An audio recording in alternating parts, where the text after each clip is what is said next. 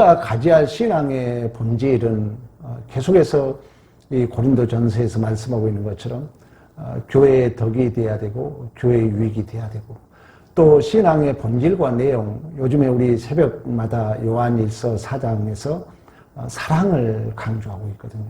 그러니까 기독교처럼 사랑이 강조된 종교가 없는 것입니다. 그러나 우리가 또 하나님에 대한 그 옳고 그름이 너무 명석하다 보니까 우리들이 많이 오해해서 사랑을 놓치는 경우가 많습니다. 그러나 바울은 수많은 그 고난과 환난 속에서 헐벗음과 굶주림과 배고픔과 매맞음 속에서도 고린도 후서 11장에 가면 이런 고사하고, 나는 날마다 내 속에 눌린 일이 있으니 모든 교회를 위하여 염려하는 것이다. 누가 약하면 약하지 아니하며 누가 실족하게 되면 내가 애타지 아니하더냐. 내가 부득불 자랑할진대 내가 약한 것을 자랑한다. 우리의 신앙의 실력이라는 것은 기독교의 가장 중요한 단어가 믿음과 사랑이잖아요. 하나님을 대상으로 사는 삶. 우리 창세기 공부할 때 아벨이잖아요. 하나님을 생각한다는 거죠. 하나님이 우리 예수님이 어땠는가. 하나님을 생각하면 항상 나의 부족함이 자각될 뿐이죠. 그러나 사람을 상대로 하게 되면은 내가 오래야 되고 내가 더 많이 가져야 되니까 가인의 삶처럼 마음의 아픔과 상처로 인하여 서로 결국 이제 제2의 그 사망의 결과를 초래할 수밖에 없다는 것입니다. 그러나 하나님을 상대한 자들은 항상 하나님 앞에 내 자신의 연약함을 깨달을 수밖에 없죠. 아벨이 하벨이라고 이름이 주어졌던 것처럼 바리새인은 항상 자기를 사람과 근거해서 자랑했지만 세리는 감히 눈을 들어 하나님을 쳐다보지도 못하며 주여 저를 불쌍히 여기소서 저는 죄인으로서이다 고백했을 때 하나님이 그 세리를 의인이라고 칭해 줬던 것처럼 오늘 본문의 주제도 마찬가지입니다. 복음에 참여하고자, 오직 복음에 참여하고자, 오직 한 영혼이라도 구원하고자 아무쪼록, 우리 방금 읽었잖아요. 여러 모양이 되었다는 것입니다. 율법이 있는 자를 어깨에선 율법이 있는 척하고, 율법이 없는 자는 율법이 없는 척하고, 약한 자를 어깨에서 내가 약한 척하고. 그러나 이 고린도전서 9장은 계속해서 8장부터 우리가 이 얘기했던 것이 우상의 재물을 먹을 수 있느냐 안 먹을 수 있느냐. 사도 바울은 내가 먹을 수 있지만 먹었으면 안 된다는 믿음이 약한 자가 있다면 일평생 고기를 먹지 않겠다고 고백했던 것처럼, 또 8장 1절에 그런 얘기 있잖아요. 지식은 교만하다 그랬어요. 그러니까 우리가 알고 있다는 것은 옳고 그름에 대한 하나의 어떤 기준이 되잖아요. 근데 이 지식은 잘못하면은 교만하다는 것입니다. 그러나 사랑은 덕을 세운다면서 만일 누구든지 무엇을 안 줄로 생각한다면 마땅히 아직 그 사람은 알지 못하는 것이라고 말씀하고 있는 것처럼. 그러니까 우리가 지식이 어떤 지식을 가지고 있으면 이 우상의 재물도 그렇잖아요. 먹어도 된다, 안 먹어도 된다가 중요한 게 아니라는 거예요. 우리가 무엇을 지식을 알고 있으면 옳다, 글타가 중요한 게 아니라는 것입니다. 그 지식으로 인하여 내가 가진 자유와 권리를 믿음이 약한 자를 위하여 내가 얼마나 절제할 수 있느냐, 내가 얼마나 양보할 수 있느냐가 믿음의 실력인 줄로 믿습니다. 우리가 그러잖아요. 여러분, 우리가 사회생활 해보면 그러잖아요. 내가 알아도 좀 모른 척 해주고 좀 내가 바보 된 것 같은, 약간 부족한 것 같아야 주위에 친구도 많아요. 그냥 내가 너무 막 이 옳은 것만 얘기하면은 처음에는 친구들이 좋아하는 것 같지만 사실 어려운 문제가 있으면 그 친구를 찾아오지 않습니다. 힘들어도 우리가 같은 편이 되어주고 또 좀 틀려도 괜찮다고 위로해주고, 우리 교회 생활이 그렇다는 것입니다.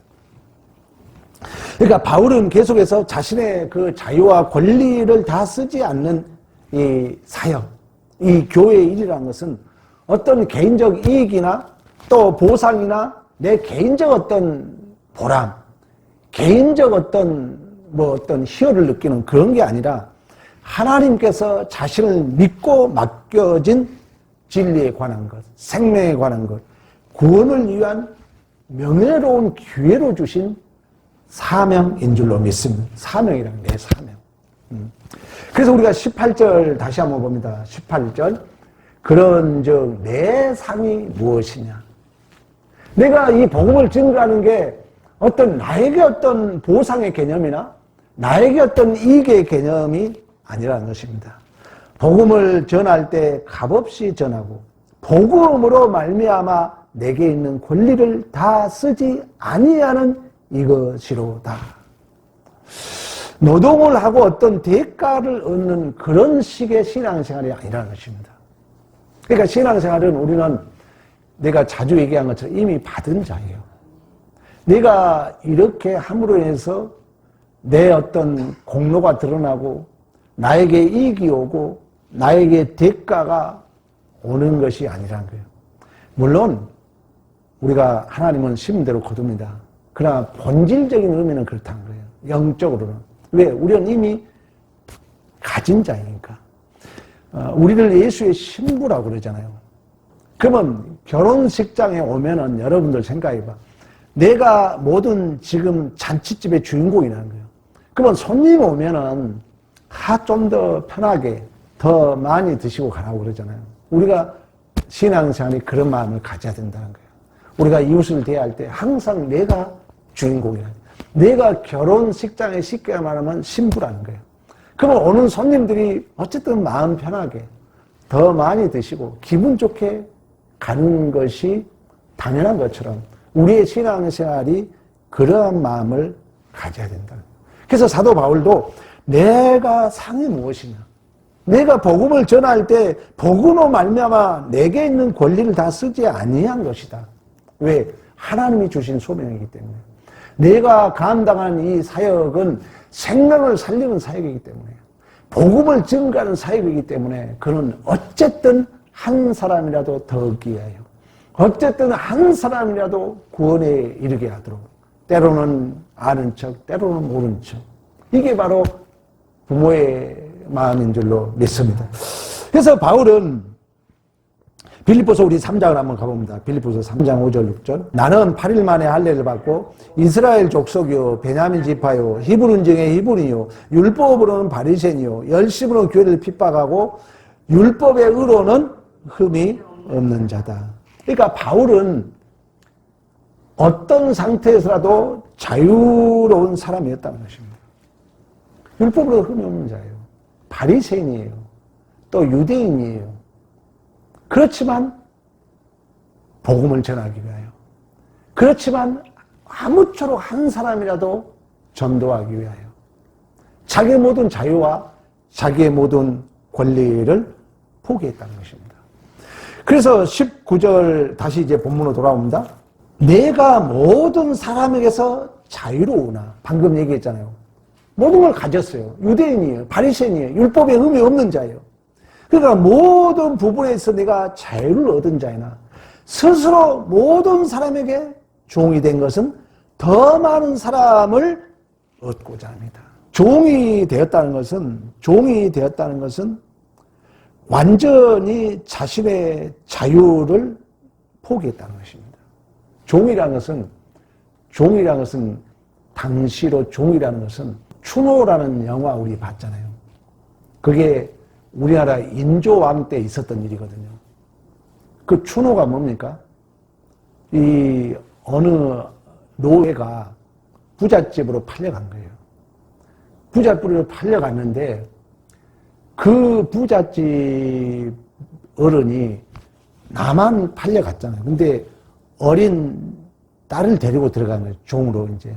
그러니까 이 부잣집 어른이 그 종의 딸을 자기 첩으로 들으려고 그러는 거예요. 그러면 어느 부모가 참겠습니까? 그래서 이제 이 종이 딸을 데리고 도망을 가요. 그래서 이제 그 도망간 노비들을 잡는 자들이 추노예요, 추노. 그게 불과 우리나라 인조왕 때 우리나라도 있었다는 거예요. 그러니까 바울은 그런 종처럼 내 권리를 다 포기했다는 거예요. 이런 들어쩌리 저런 들어쩌리. 뭐하기 위하여? 사랑을 얻기 위하여. 전도하기 위하여, 쉽게 말하면. 복음을 전하기 위하여. 그렇다 해서 예수 그리스도의 복음을 포기했다는 거 아니에요. 오직 그 예수 그리스도 안에서 복음을 전하기 위하여. 그래서 오늘 20절 여러분 계속 봅니다. 오늘 본문 20절. 유대인에게 내가 유대인과 같이 된 것은 유대인들을 얻고자 하며. 우리가 다 이런 마음을 갖는다면 우리 장로님, 우리 권사님, 집사님, 권사님 교회에 오게 하려고 여러 가지 참 애쓰신 부분 참 힘들어요. 권사님이나 장로님 하나님 바라보고 성도 한 명 전도하기 위해 이렇게 저렇게 고민하는 거죠, 사실.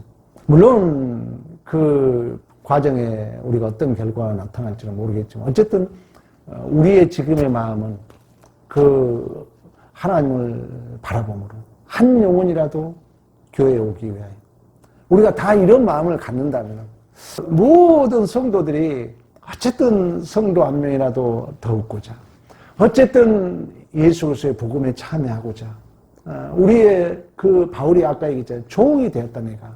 모든 사람이 나는 종이 되었다. 모든 권리를. 종이라는 것은 완전히 주인에게 완전히 예속된 걸 얘기하고 있습니다. 바로 오늘 바울의 마음이에요.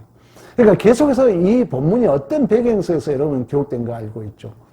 이제 우상의 재물을 가지고 먹어도 된다, 안 먹어도 된다. 내가 지식은 안 먹는 게 옳다는 거예요. 또 어떤 사람은 내가 알고 있는 지식은 먹어도 된다는 거예요. 그러나 먹고 안 먹고가 중요한 게 아니라는 거예요. 그건 복음과 예수 그리스도로 인하여 구원받은 것과 상관없기 때문에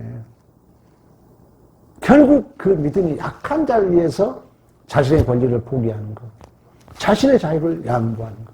그래서 오늘 아무쪼록 한 사람이라도 얻고자, 아무쪼록 한 사람이라도 복음에 참여하고자 자기의 모든 자유와 권리를 포기했다는 것입니다. 자식을 윤리도덕으로 옳았다 틀렸다가 키우면요, 그 자식들 크면은 부모 떠납니다.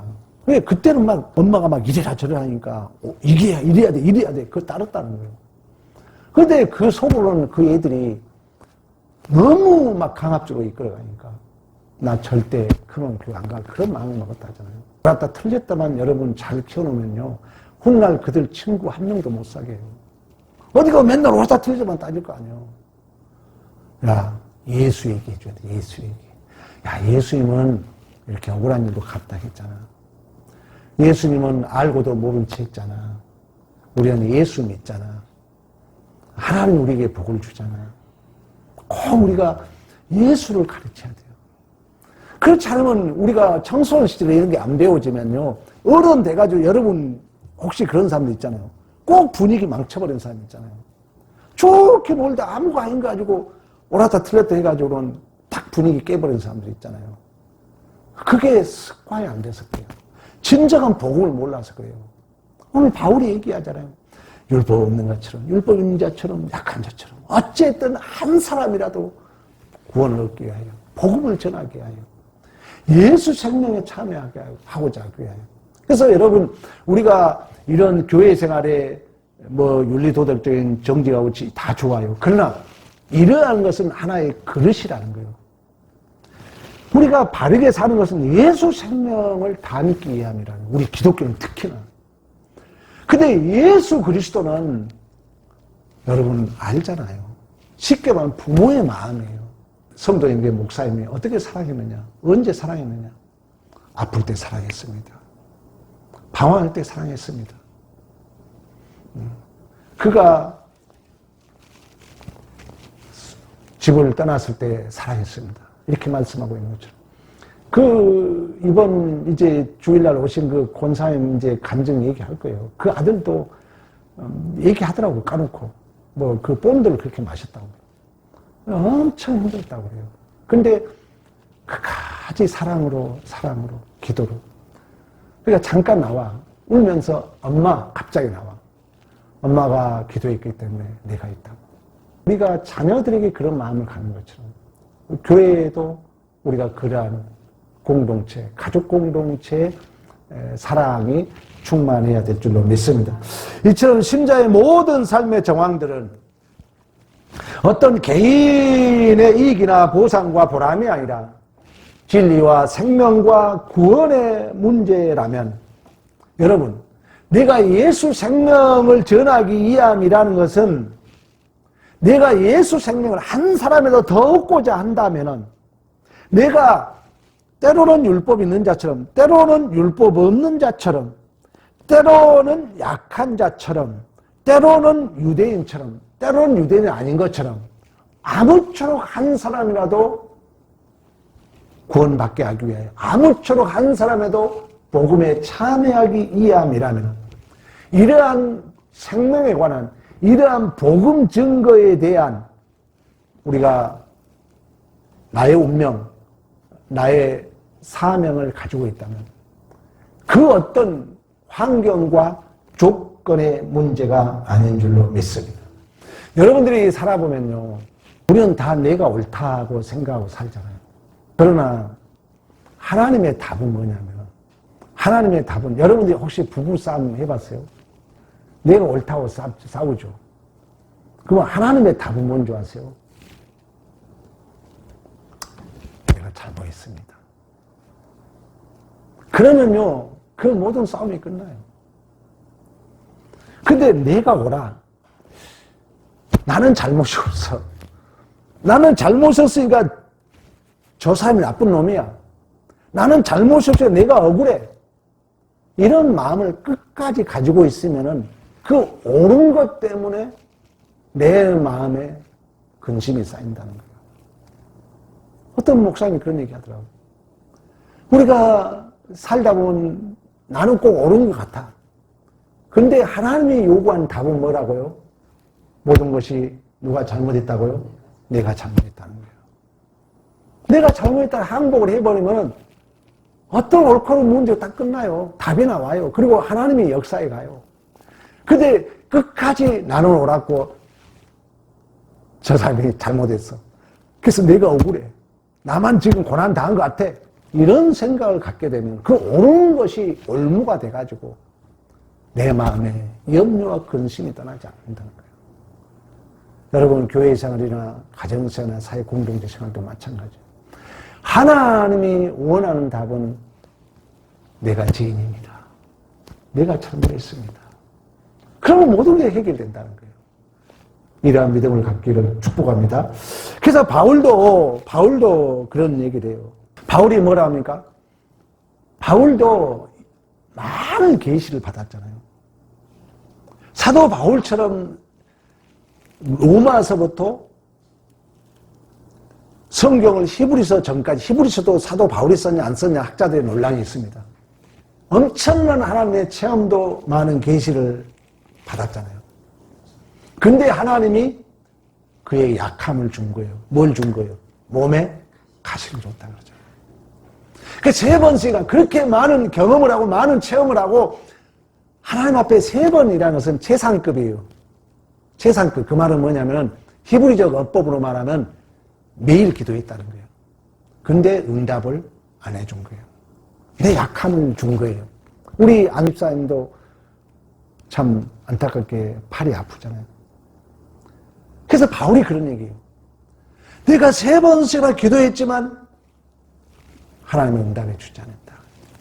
하나님은 나를 쳐서 근데 뭐라 합니까? 자만하지 않게 하려 합니다. 또한 이러한 내 은혜가 족한데 이러한 내 능력이 약한 데서 온전함이라. 이 약함에 대해서 이제 그 진리를 깨닫고 나서 이 약함에서 내가 도리어 기뻐하면 이 약함을 통하여 예수 그리스도의 능력이 내게 머물게 하려 하심이라. 할렐루야. 여러분, 그런 믿음이 있다면은 바울이 뭐라 했다고요? 몸에 가시, 학자들은 간질 또는 눈에 안질 이렇게 얘기를 해요. 간질병 알잖아요. 또 뭐 피부질환 이렇게 얘기하는데 그 약함을 통해서 나를 자고하지 않게 하고 그 약함을 통하여 예수 그리스도의 능력이 머물게 하려 하심이라는 거죠. 그렇다면 이게 믿어지냐? 여러분의 삶의 현장도 마찬가지죠. 여러분의 삶의 현장도 이해되지 않고 믿어지지 않고 왜 나만 이런 현실이 주어졌을까? 여러분 다 그런 게 있어요. 다 그런 마음이 있다니까요. 나만 있는 게 아니에요. 다 그런 마음을 가지고 있어요. 근데 성경의 답은 뭐냐면 그런 환경을 바꾸려고 하지 말라는 거예요. 그 현실에서 예수 그리스도를 담아내는 것이, 예수 그리스도를 증언하는 것이 하나님께서 우리에게 주신 사명이고 하나님께서 우리에게 맡겨진 운명이며 정체성이며 하나님의 영광을 받게 되는 줄로 믿습니다. 계속해서 그런 얘기를 해요. 우리 고린도후서 4장으로 한번 가봅니다. 7절부터 13절까지 우리가 보배를 질그릇에 가졌나니 이는 능히 큰 능력을 하나님께 있고 우리에게 있지 아니함을 알게 하려 함이라. 우리가 사방으로 우겨쌈을 당하여도 쌓이지 아니하며 답답한 일을 당하여도 낙심하지 아니하며 박해를 받아도 버림받지 아니하며 거꾸로됨을 당하여도 망하지 아니하고 우리가 항상 예수의 죽음을 몸에 짊어지면 예수 생명이 또한 우리 몸에 나타나게 하려 함이라. 우리 안에 살아있는 자가 항상 예수를 위하여 죽음에 넘겨지면 예수의 생명이 또한 우리 죽을 육체에 나타나게 하려 함이라. 그런즉 사망은 우리 안에 역사하고 생명은 너희 안에 있느니라. 아멘. 우리는 보배를 간직한 질그릇입니다. 우리가 예수의 죽음에 넘겨지면 예수의 생명이 나타나게 하려 합니다. 그러니까 우리는 어떻게 보면 억울하고 무시당하고 배신당하고 이런 삶을 살아요. 그때가 명예로운 기회라 그랬잖아요. 그래서 기독교는 기적이 있고 반전이 있어요. 질그릇이 깨지지 않고는 보배가 나타날 수 없는 것처럼.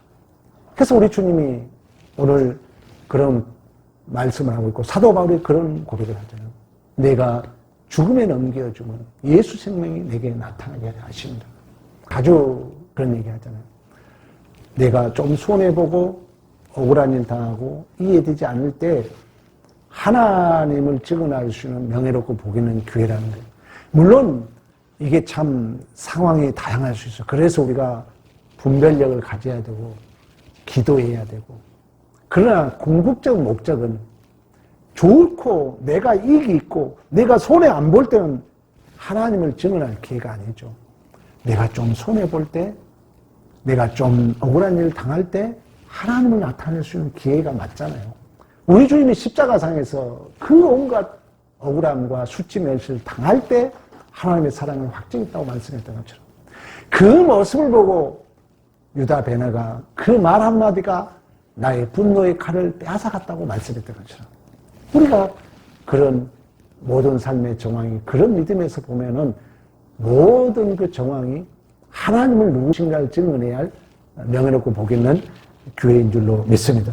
이처럼 교회란 예수의 한 몸인 가족 공동체로서 교회 안에서 연약한 자와 그 연약함을 우리가 감당함으로 그들이 버티도록 옆에서 위로자가 되고 도움을 주는 자가 되어야 된다는 것입니다. 그래서 좋은 일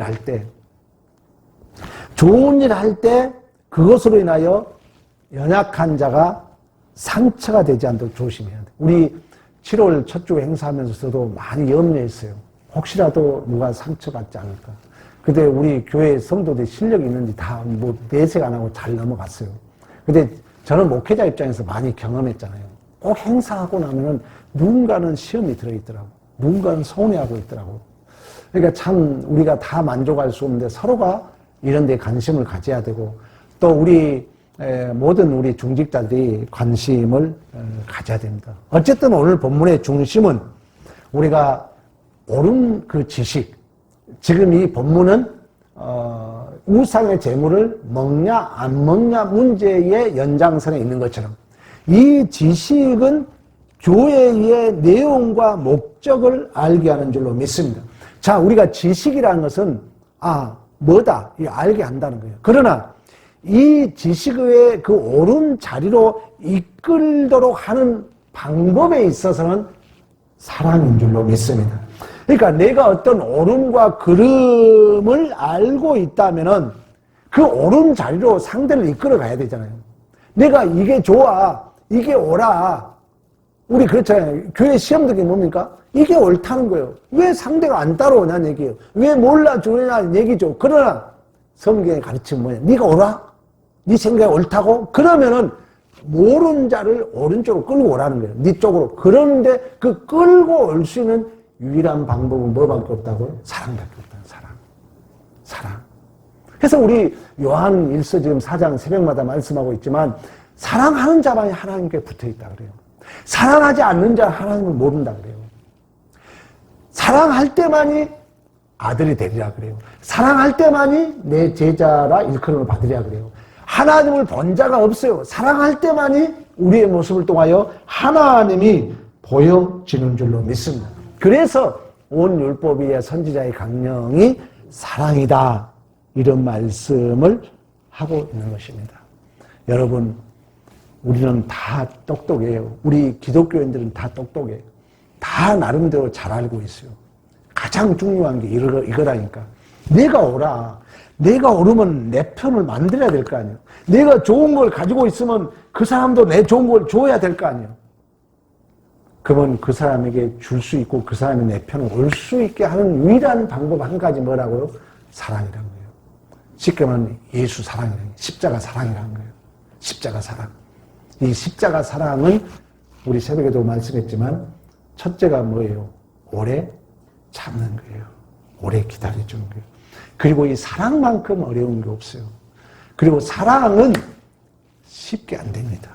그래서 우리가 훈련해야 되고 또 참고 기다려주고 빈말이라도 등 한번 두드려주고 그런 이제 우리 교회 분위기가 된다면 우리 경험하잖아요. 교회의 부흥은 한순간입니다.